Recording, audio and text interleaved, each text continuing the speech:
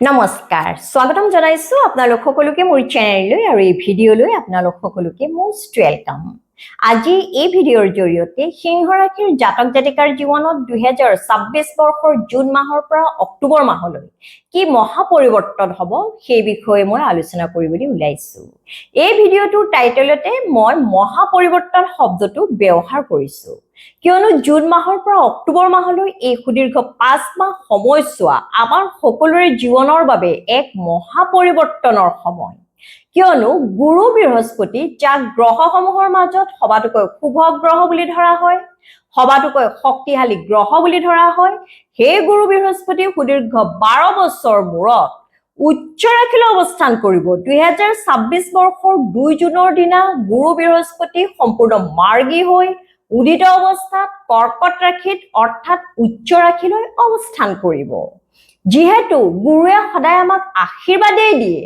গুৰু এক শক্তিশালী গ্ৰহ বুলি ধৰা হয় গতিকে এই সময়ছোৱাত প্ৰত্যেক ৰাশিৰ ব্যক্তিয়ে জীৱনত কিবা নহয় কিবা দিশত উপকৃত হ'বলৈ গুৰুৰ পৰা আশীৰ্বাদ লাভ কৰিবলৈ সক্ষম হ'ব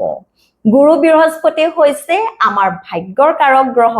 ধনৰ কাৰক গ্ৰহ সন্তানৰ কাৰক গ্ৰহ বিবাহৰ কাৰক গ্ৰহ লগতে জ্ঞানৰ কাৰক গ্ৰহ বুলিও ধৰা হয় গতিকে এই সময়ছোৱাত গুৰু অধিক শক্তিশালী হৈ পৰিব আৰু গুৰুৰ পৰা আশীৰ্বাদ আমি সকলোৱে এই সময়ছোৱাত লাভ কৰিবলৈ সক্ষম হ'ম আজি এই ভিডিঅ'ৰ জৰিয়তে সিংহ ৰাশিৰ জাতক জাতিকাই 2026 বৰ্ষৰ 2 জুনৰ পৰা 31 অক্টোবৰলৈকে এই সুদীৰ্ঘ 5 মাহ সময়ছোৱাত গুৰু বৃহস্পতিৰ জৰিয়তে জীৱনত কি ক্ষেত্ৰত উপকৃত হ'ব গুৰুৰ পৰা আশীৰ্বাদ লাভ কৰিব সেই বিষয়ে মই আলোচনা কৰিবলৈ ওলাইছো যিসকল জাতক জাতিকাৰ চন্দ্ৰ ৰাশি সিংহ আজিৰ ভিডিঅ'টো তেওঁলোকৰ বাবে প্ৰস্তুত কৰা হৈছে তেন্তে আহক এতিয়া মূল বিষয়বস্তুটোলৈ যাওঁ গুৰু বৃহস্পতি সিংহ ৰাশিৰ জাতক জাতিকাৰ আপোনালোকৰ পুষ্টিৰ দ্বাদশ ভাৱত 2026 বৰ্ষৰ 2 জুনৰ দিনা অৱস্থান কৰিব আৰু 2026 বৰ্ষৰ 2 জুনৰ পৰা 31 অক্টোবৰলৈকে সম্পূৰ্ণ মাৰ্গী হৈ উদিত অৱস্থাত আপোনাৰ পুষ্টিৰ দ্বাদশ ভাৱত থাকিব এতিয়া চাওঁ আহক আপোনাৰ পুষ্টিৰ দ্বাদশ ভাৱেনো কি বুজায় আপোনাৰ পুষ্টিৰ দ্বাদশ ভাৱ হৈছে আপোনাৰ আধ্যাত্মিকতাৰ ভাৱ মুখ্য লাভৰ ভাৱ ফৰেন কানেক্টিভিটি বিদেশৰ লগত সংযোগ স্থাপন কৰা ভাৱ লগতে আপোনাৰ পুষ্টিৰ দ্বাদশ ভাৱ হৈছে আপোনাৰ খৰচ পাতি অৰ্থাৎ ব্যয়ৰ ভাৱ বুলিও কোৱা হয় লগতে আপোনাৰ পুষ্টিৰ দ্বাদশ ভাৱ হৈছে হস্পিটেল ৰিলেটেড সাৰ্ভিসৰ লগত সম্পৰ্ক থকা ভাৱ গতিকে নিঃসন্দেহে এই সময়ছোৱাত আপোনালোকৰ মনত আধ্যাত্মিকতাৰ সৃষ্টি হ'ব ঈশ্বৰৰ ওপৰত অগাধ বিশ্বাস হ'ব এই সময়ছোৱাত হয়তো দূৰণিত থকা তীৰ্থস্থানসমূহ দৰ্শন কৰাৰ ক্ষেত্ৰত আপোনালোকৰ হয়তো যথেষ্ট টকা পইচা খৰচ হ'ব পাৰে কি যি কি নহওক এই সময়ত আপোনালোকৰ টকা পইচা খৰচ হ'লেও সেয়া মাঙ্গলিক কৰ্মৰ ক্ষেত্ৰতহে হ'ব এই সময়ছোৱাত হয়তো আপোনালোকৰ ঘৰত কিবা মাঙ্গলিক কৰ্ম হ'ব পাৰে বা কাৰোবাক দান পুণ্য কৰোতে কাৰোবাক বিপদৰ সময়ত সহায় কৰোতে এই সময়ছোৱাত আপোনালোকৰ টকা পইচা খৰচ হ'ব পাৰে লগতে যিসকল ছাত্ৰ ছাত্ৰীয়ে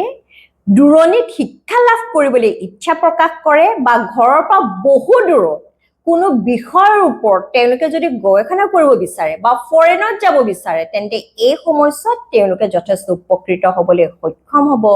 লগতে যিসকলে হস্পিটেল ৰিলেটেড কিবা সাৰ্ভিসৰ লগত জড়িত হৈ আছে তেওঁলোকে এই সময়ছোৱাত নিজৰ কেৰিয়াৰ যথেষ্ট গ্ৰোথ আৰু ডেভেলপ কৰিবলৈ সক্ষম হ'ব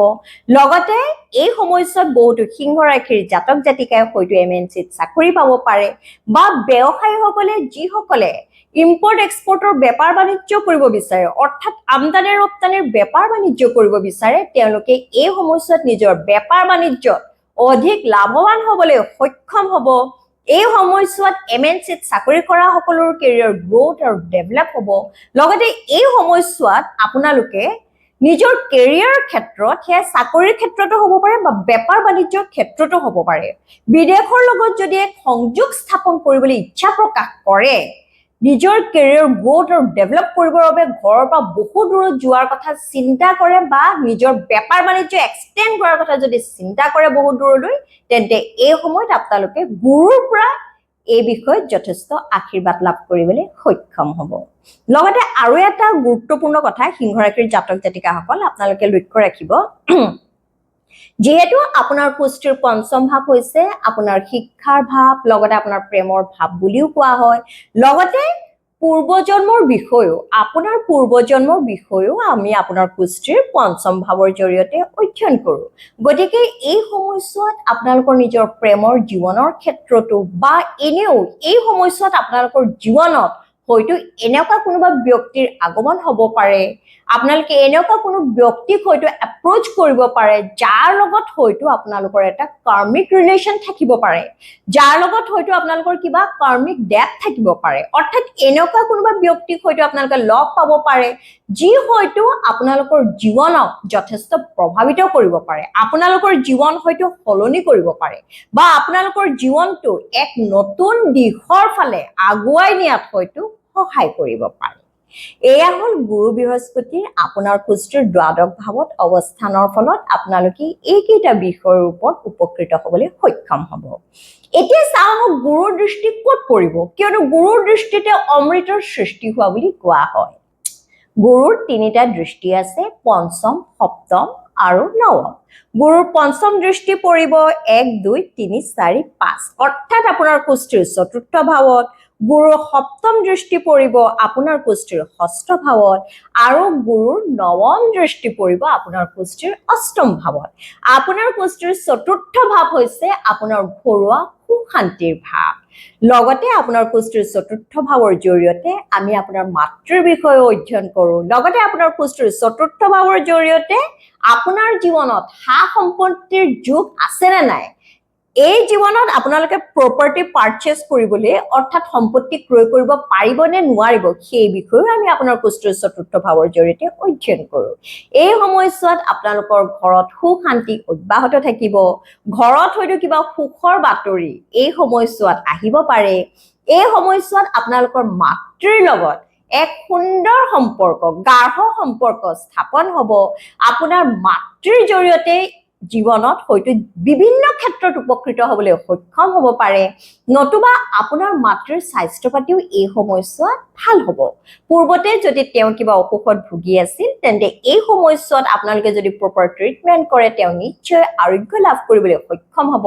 লগতে এই সময়ছোৱাত আপোনালোকে হয়তো জীৱনত কিবা নতুন সম্পত্তি ক্ৰয় কৰিব পাৰে নতুন মাটি নতুন ঘৰ নতুন ফ্ল্যাট নতুন গাড়ী নতুন বাইক বা ঘৰটোৱে হয়তো এই সময়ছোৱাত আপোনালোকে পুনৰ নিৰ্মাণ কৰিব পাৰে গতিকে এই সময়ছোৱা আপোনালোকৰ জীৱনৰ বাবে অতি মূল্যৱান সময় বুলি আপোনালোকে ধৰি ল'ব লগতে যেহেতু গুৰুৰ দৃষ্টি আপোনাৰ পুষ্টিৰ ষষ্ঠ ভাৱত পৰিব গতিকে ষষ্ঠ ভাৱৰ জৰিয়তে কি দিশতো আপোনালোক উপকৃত হ'ব এতিয়া চাওঁ আহক আপোনাৰ পুষ্টিৰ ষষ্ঠ ভাৱ হৈছে ৰোগ ৰিপু আৰু ঋণৰ ভাৱ গতিকে সৰ্বপ্ৰথমে এই সময়ছোৱাত আপোনালোকৰ স্বাস্থ্য পাতি ভালে থাকিব পূৰ্বতে যদি কিবা অসুখত ভুগি আছিল তাৰ যদি প্ৰপাৰ ট্ৰিটমেন্ট আৰম্ভ কৰে তেন্তে নিশ্চয় আৰোগ্য লাভ কৰিবলৈ সক্ষম হ'ব কেৱল এই সময়ছোৱাত আপোনালোকৰ গেষ্ট্ৰিকৰ প্ৰব্লেম হ'ব পাৰে গতিকে খোৱা বোৱাৰ ওপৰত আপোনালোকে গুৰুত্ব দিব আৰু এই সময়ছোৱাত আপোনালোকে হয়তো কোনোবাই কিডনি বা লিভাৰ জড়িত প্ৰব্লেমত পৰিব পাৰে গতিকে আপোনালোকে খাদ্য বস্তুৰ ওপৰত যদি গুৰুত্ব দিয়ে নিজৰ ডায়েট চাৰ্টৰ ওপৰত গুৰুত্ব দিলে এই সময়ছোৱাত নিশ্চয় আপোনালোকৰ এনেকুৱা ধৰণৰ সমস্যাত ভুগিবলগীয়া নহয় লগতে আপোনাৰ পুষ্টিৰ ষষ্ঠ ভাৱ হৈছে মই ক'লোৱে যে ঋণৰ ভাৱ গতিকে এই সময়ছোৱাত আপোনালোকে ঋণ মুক্ত হ'বলৈ সক্ষম হ'ব পূৰ্বতে যদি আপোনালোকে ঋণ কাৰোবাৰ পৰা লৈছিল বা বেংকৰ পৰা লৈছিল সেয়া যদি পৰিশোধ কৰিব পৰা নাছিল এই সময়ত আপোনালোকে পৰিশোধ কৰিবলৈ সক্ষম হ'ব বা কোনোবা বেলেগো যদি আপোনালোকৰ পৰা ঋণ লৈছিল ইমান দিন যদি আপোনালোকক পৰিশোধ কৰা নাছিল এই সময়ছোৱাত আপোনালোকে ঋণ হয়তো ঘূৰাই পাবলৈ সক্ষম হ'ব লগতে বেংকৰ পৰা ঋণ এপ্লাই কৰিলে এই সময়ছোৱাত আপোনালোকৰ চেংচন হ'ব কিন্তু এটা কথা জানিব সিংহ ৰাশিৰ জাতক জাতিকাসকল যেহেতু আপোনাৰ পুষ্টিৰ ষষ্ঠ ভাৱ হৈছে আপোনাৰ শত্ৰুৰ ভাবো আপোনাৰ প্ৰতিযোগীসমূহৰ ভাবো গতিকে এই সময়ছোৱাত হয় আপোনালোকৰ শত্ৰু বাঢ়িব কিন্তু শত্ৰুৰ ওপৰত আপোনালোকৰ বিজয় হ'ব শত্ৰুক আপোনালোকে দমন কৰিবলৈ সক্ষম হ'ব লগতে যিসকল সিংহ ৰাশিৰ জাতক জাতিকাই কিবা প্ৰতিযোগিতামূলক পৰীক্ষাত অৱতীৰ্ণ হয় সেয়া চাকৰিৰ বাবেও হ'ব পাৰে বা উচ্চ শিক্ষাৰ বাবেও হ'ব পাৰে কোনোবা ভাল অনুষ্ঠানত এডমিশন পোৱাৰ বাবেও হ'ব পাৰে এই সময়ছোৱাত তেওঁলোকে নিজৰ ফালৰ পৰা যদি প্ৰচেষ্টা আগবঢ়ায় তেন্তে নিশ্চয় ভাল ফলাফল লাভ কৰিবলৈ সক্ষম হ'ব লগতে আপোনাৰ কুষ্টিৰ ষষ্ঠ ভাৱৰ জৰিয়তে আপোনাৰ লিগেল মেটাৰ্ছৰ বিষয়ে আমি অধ্যয়ন কৰোঁ গতিকে যিসকল সিংহ ৰাশিৰ জাতক জাতিকাই লিগেল মেটাৰ্ছত ইনভলভ হৈ আছে বা কোৰ্ট কাছাৰী কিবা মুকদ্দমাত ইমান দিন ইনভলভ হৈ আছিল তেওঁলোকে এই সময়ছোৱাত লিগেল মেটাৰ্ছৰ ক্ষেত্ৰত এটা ভাল ফলাফল লাভ কৰিবলৈ সক্ষম হ'ব এতিয়া হওক চাওঁ গুৰুৰ দৃষ্টি আপোনাৰ কুষ্টিৰ অষ্টম ভাৱত পৰাৰ ফলত আপোনালোকে কি কি ক্ষেত্ৰত উপকৃত হ'ব আপোনাৰ কুষ্টিৰ অষ্টম ভাৱ হৈছে কোনো বিষয়ৰ ওপৰত গভীৰভাৱে অধ্যয়ন বা গৱেষণা কৰাৰ ভাৱ লগতে অকাল ষ্টাডি অৰ্থাৎ গুপ্ত বিদ্যাৰ ভাৱ বুলিও কোৱা হয় লগতে আপোনাৰ কুষ্টিৰ অষ্টম ভাৱ হৈছে আপোনাৰ শহুৰৰ ঘৰৰ ভাৱ বুলিও কোৱা হয় লগতে আপোনাৰ কুষ্টিৰ অষ্টম ভাৱ হৈছে হঠাতে লাভ কৰা কিবা সম্পত্তিৰ ভাৱ বুলিও ধৰা হয় এই সময়ছোৱাত আপোনালোকে বিশেষকৈ শিক্ষাৰ্থীসকলে কোনো বিষয়ৰ ওপৰত যদি গভীৰভাৱে অধ্যয়ন কৰে ৰিচাৰ্চ কৰে তেন্তে যথেষ্ট ভাল ফলাফল লাভ কৰিবলৈ সক্ষম হ'ব লগতে এই সময়ছোৱাত সিংহ ৰাশিৰ জাতক জাতিকাসকলৰ এষ্ট্ৰলজি নিউমেৰলজি অৰ্থাৎ জ্যোতিষ শাস্ত্ৰ নিউমেৰলজি বাস্তু টেৰট ইত্যাদিৰ ওপৰত হয়তো যথেষ্ট ইণ্টাৰেষ্ট বাঢ়িব পাৰে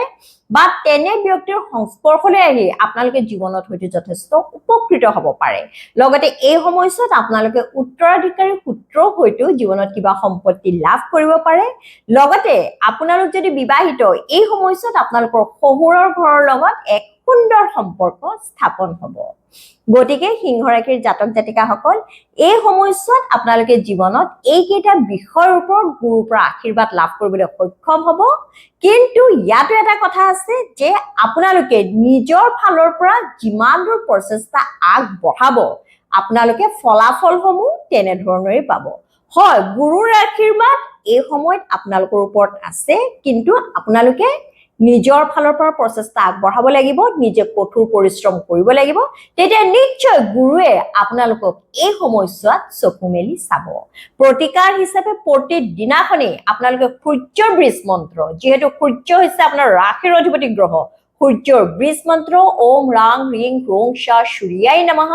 এই মন্ত্ৰফাকে 108 বাৰ জপ কৰিব পুৱা গধূলি হনুমান চালিসা পাঠ কৰিব যেহেতু বজৰংবলী আপোনাৰ আৰাধ্য দেৱতা বুলি ধৰা হয় লগতে দিনটো যিমান পাৰে আপুনি মহাদেৱৰ নাম জপ কৰিব দিনটোত কমেও 108 বাৰ আপুনি ওম নমঃ শিৱায় জপ কৰিব লগতে সূৰ্য উদয় হোৱাৰ সময়ত আপোনালোকে সূৰ্যৰ ফালে চাই তামৰ পাত্ৰৰে জল অৰ্পণ কৰিব তেতিয়া চাব এই সময়ছোৱাত আপোনালোকে গুৰুৰ আশীৰ্বাদ নিশ্চয় লাভ কৰিবলৈ সক্ষম হ'ব আৰু আপোনালোকে নিজৰ জীৱনটো নিশ্চয় ধন্য অনুভৱ কৰিব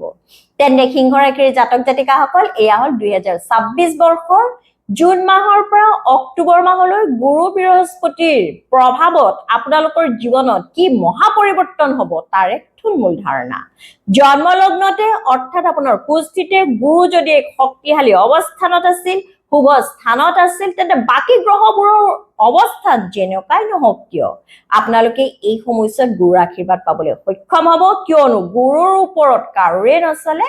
তেন্তে আজিৰ ভিডিঅটো ইমানতে সামৰিছো বা আশা কৰিছো আৰু প্ৰভু ভগৱন্তৰ ওচৰত প্ৰাৰ্থনা জনাও যাতে এই সময়ছোৱাত আপোনালোকে সঁচাকৈ গুৰুৰ আশীৰ্বাদৰ জৰিয়তে জীৱনটো বিভিন্ন ক্ষেত্ৰত উপকৃত হ'বলৈ সক্ষম হয় সকলোৱে সুস্থ থাকক লগতে সদায় হাঁহি থাকক তাৰে কামনা কৰি আজিলৈ আহিছো জয় শ্ৰী ৰাম জয় বজৰংবলী